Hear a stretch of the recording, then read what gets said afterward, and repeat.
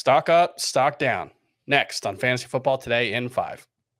Welcome to FFT in 5. I'm Chris Towers. I'm here with Dave Richard, and we're talking about players whose stock is pointing up, players whose stock is pointing down coming out of free agency. We're still waiting on a few big names. DeAndre Hopkins rumors. Sounds like he's going to get traded at some point in the coming days.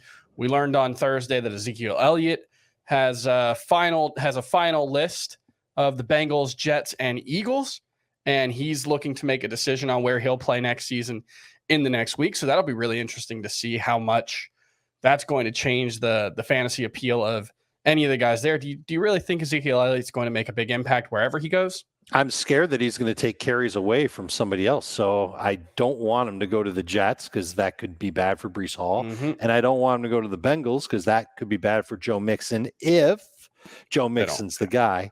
So send him to Philadelphia. That's where all old Cowboys running backs go. He'd be a good goal line option for the Eagles, I think. I don't think he'd, replicate the 1,200 yards Miles Sanders rushed for, but the touchdowns could be there. If he gets 400 carries, he might. That's fair. Let's talk about some players whose stock is pointing up coming out of free agency. And the first one I'm going to talk about, Rachaad White. We don't know what the Tampa Bay Buccaneers are going to do. And frankly, I didn't think Rachaad White was all that impressive as a rookie. But right now, the Buccaneers have added Chase Edmonds, and they've still got Keyshawn Vaughn. And that's it in the running back room. So there's an opportunity for Rachaad White moving forward into the 2023 season to be the number one option here.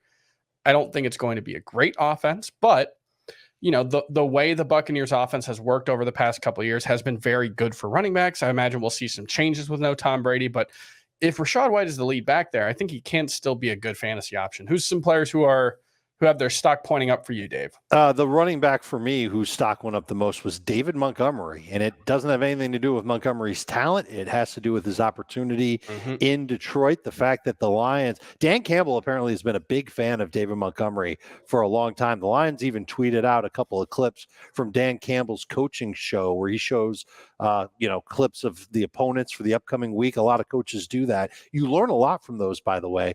And if I had been watching them in real time, I would have known months ago that Dan Campbell had a man crush on David Montgomery and his tough style, the way that he picks yards after contact up.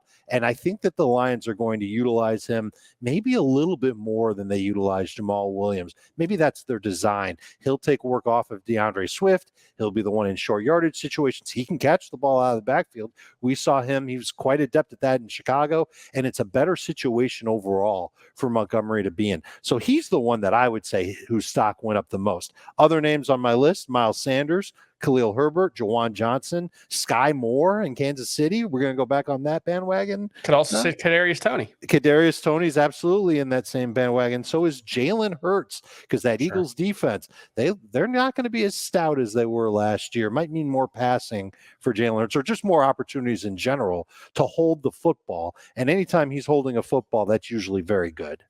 All right, I've got the arrow pointing down for the Buccaneers wide receivers, Chris Godwin and Mike Evans. I mean, look, it's possible Baker Mayfield goes to Tampa Bay and has a decent season, or maybe Kyle Trask beats him out and plays better than we expect. But even with a very diminished version of Tom Brady last season, I still think the Buccaneers are likely to get worse quarterback play in 2023 than they did in 2022. And the bigger thing might be they're just going to throw a whole lot less. This is a team that they're not going to be passing 50 times a game with Baker Mayfield and Kyle Trask. At least I can't imagine they are. We're going to see some changes in the way that offense runs. And, Tom Brady keeps the offense moving. We saw, especially once they started playing with a little faster tempo, that was good for Mike Evans and Chris Godwin. We're just going to see a lot fewer opportunities and still probably below average per play from the quarterback position. So I think it's bad news for Chris Godwin and Mike Evans. I think it's especially bad news for Mike Evans because Baker just has not been good at connecting with his receivers downfield. It's those short throws that I think will save Godwin and make him a volume-driven receiver, which is really what he's been throughout his entire career.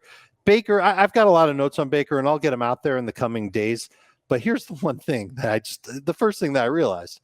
This is going to be his fourth team in 6 seasons, Chris. How many good quarterbacks are on 4 different teams in 6 seasons? The answer is none.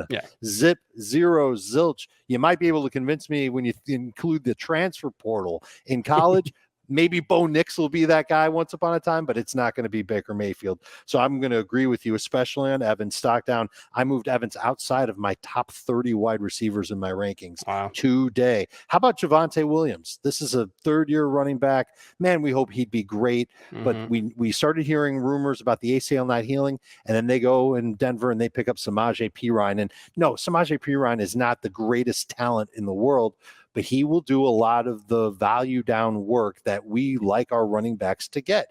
He's going to play in passing situations. He will get lots of catches. We know Sean Payton's track record for running backs who can catch the football. That's what Perine is in line to do, on top of potentially being the every down back for the Broncos for however long Javonte Williams is out to start the season.